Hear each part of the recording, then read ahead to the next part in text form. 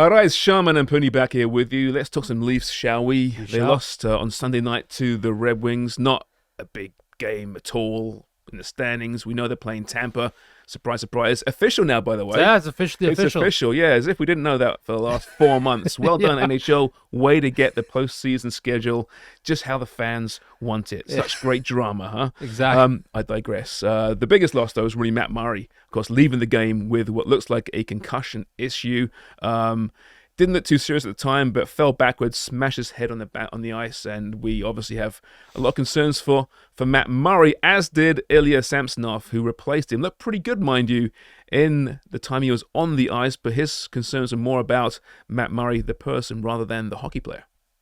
I'm sad, yeah.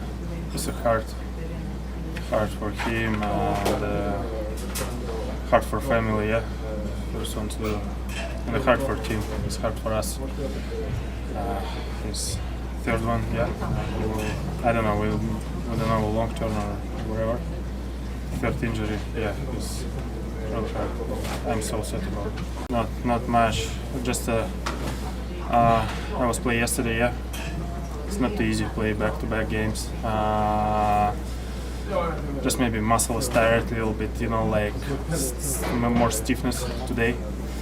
And I'm skate today and I do some workout before the game too. But you never know what time you go to the net. Like I'm a professional player. I need to prepare it whatever is time, yeah. I'm ready to play at night too. It doesn't matter. See, the comments concern me a little bit, Justin, in that he thinks about Murray's family, and he mentions it's his third concussion and what the long-term ramifications. Now, we don't know the seriousness of this injury. The Leafs were off on Monday. They are back on the ice on Tuesday. We'll get an update then, of course, so fingers crossed. But major concerns. We know Matt Murray's got injury history, including concussion histories in the past. What should we be thinking at this point? Is it just get healthy? Or is it, at this point, regardless, Samsonov's net for the playoffs? I think, we've been talking about the last couple of weeks, like Samsonov, Murray. What a horrible bounce, just horrible luck for Matt Murray. To get a concussion, and we know the gray area of concussions, right? The fact that you don't know, there's no set timetable to return, right? He could be back later this week, or we might not see him, for months, right? That is the worst case scenario for the Leafs in the situation with Matt Murray, because you don't know what's going to transpire, right?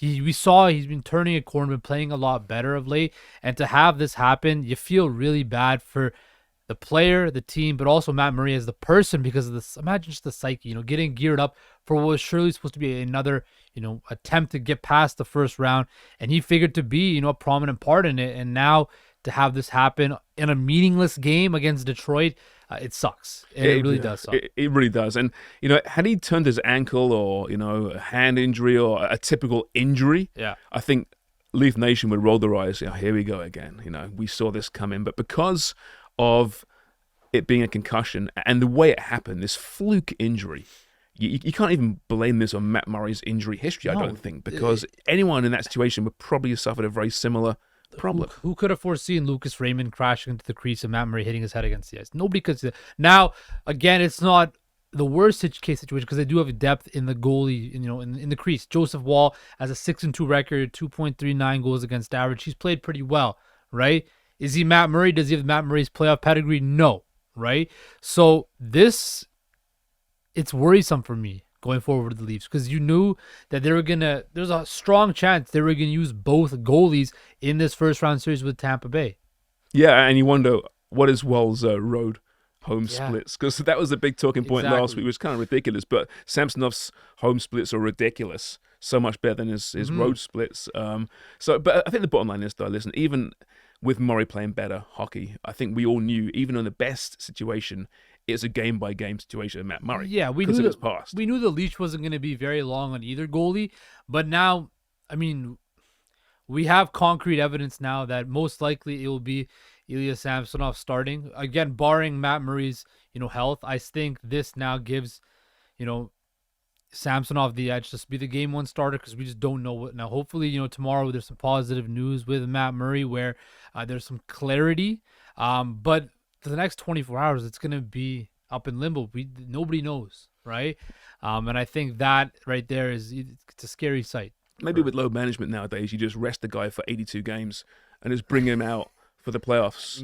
I mean that's what the Lightning did that with Nikita Kucherov. They put did, him on LTIR. precisely. Worked out pretty well, right? Exactly. Won a cup. The Bruins are doing that with Taylor Hall. They're keeping him on ice, and when the playoffs and the salary cap goes away, they'll bring him back in. So, tough situation for Matt Murray, but again, the Leafs, they have enough talent and skill to, compete with anybody in the NHL. We're in this time though, right? The last 6 games of the season is about managing minutes, and we saw yesterday, of course, some big changes.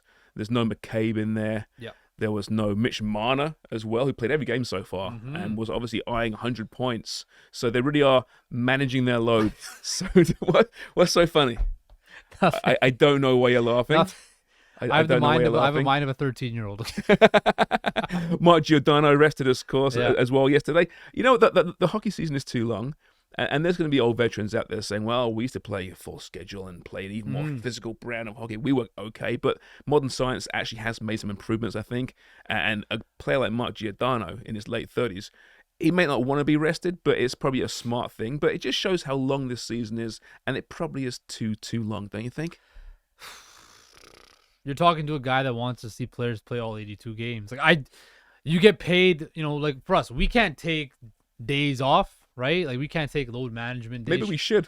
We should. But Mental load management. Yeah, like we have sick days, right? Is it 6 a year? Isn't that what it is? I think like Ontario labor law. Something like that. It's not enough. We got to go to the labor table with the Ontario government then, I guess. But it'd be a great segment next week. Yeah, great segment. But I think now you reach the point where they have nothing to play for. You're not going to gain or lose. Well, you're not going to gain anything, but you could lose a lot. Like, for example, your starting goalie or one of your starting goalies, right? I'm going to be interested to see how they deploy this roster going forward for the next couple of games to see, do they, focus on guys, wanting to make sure they're, they don't get too much rust on them and they're going, they're at full strength going into the playoffs, or do they err on the side of caution where we just saw Matt Murray get hurt? We don't want that to happen to anybody else, so we're going to rest a whole bunch of people. Well, they still play Tampa in the regular season and Boston too, right?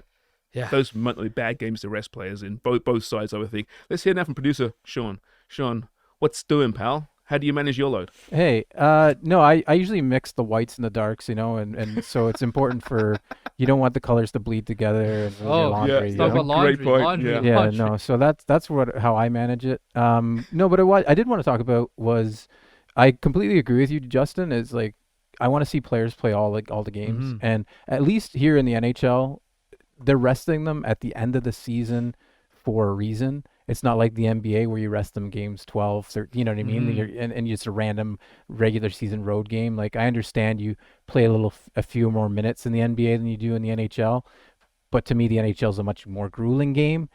I know it's impact on your knees. I know it's a whole discussion. I just think professional athletes should play more games, and that would cause, make the fans happier, and also, it's good for the game. You get paid to play 82 games or whatever, right? You don't get paid to play 65, right? Yeah, I get that, but you're also paid to win if you're in Toronto, right? And if this allows you greater success in the postseason, then I get why they do it. I like that Mitch Marner, who is chasing 100 points, like I said, sat, because I'm sure if he made a real fuss, they would have played him. So he's putting the team before his individual stats, which I think is really important. Yeah, and I think we know just how much pressure this team is under, right? We know the fact that if there's another first-round collapse, there's going to be big changes. Big changes, yeah. Like, not just minor tweaks here and there. Like, I'm talking GM gone, head coach gone, Austin Matthews potentially could want to be out. He'll stick around, won't he? Another first-round exit? Let's have that conversation when they that's lose. That's a whole round, right? that deserves a whole hour, actually. It does. What is up next for Austin Matthews? But there's so much pressure on this team, so much weight, just the weight of the city, the province of Ontario, on their shoulders, right? So I think putting the team success forward is good, but again, I just want to see players play.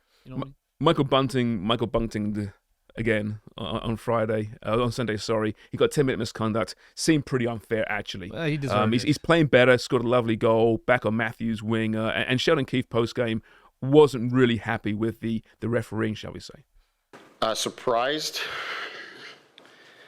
I mean, based on the way that he's been officiated of late, no, I'm not surprised at all. So that's part of it. But it's Bunts has got to do his best to stay on the line, and In terms of how he's been officiated, Kyle will deal with that with the league. He eats 3 cross checks and he ends up taking he gets taken to the box with it. I don't know if he had 4 or 5 punches in the face in the scrum, and he ends up with a 10-minute misconduct. So, it's tough. It's tough for him. He's got to find his way through that. And like I said, Kyle will deal with the other stuff and see what we can get done there. But Bunt's got to be able to stay focused and just keep playing. Come on. Is this your anti-Micheal Bunting No, agenda it's not. at play here? This is the way Micheal Bunting plays. Right. Right. The refs have taken notice of how he plays. He toes that line. Sometimes he crosses the line by giving a back heel to a Detroit Red Wings player's stick. It's unsportsmanlike conduct, right? That's a great. I mean, it wasn't that blatant though, was it? Really? He kicked his stick. It was pretty blatant. I saw the video. 4 Now, or look, 5 punches to the head.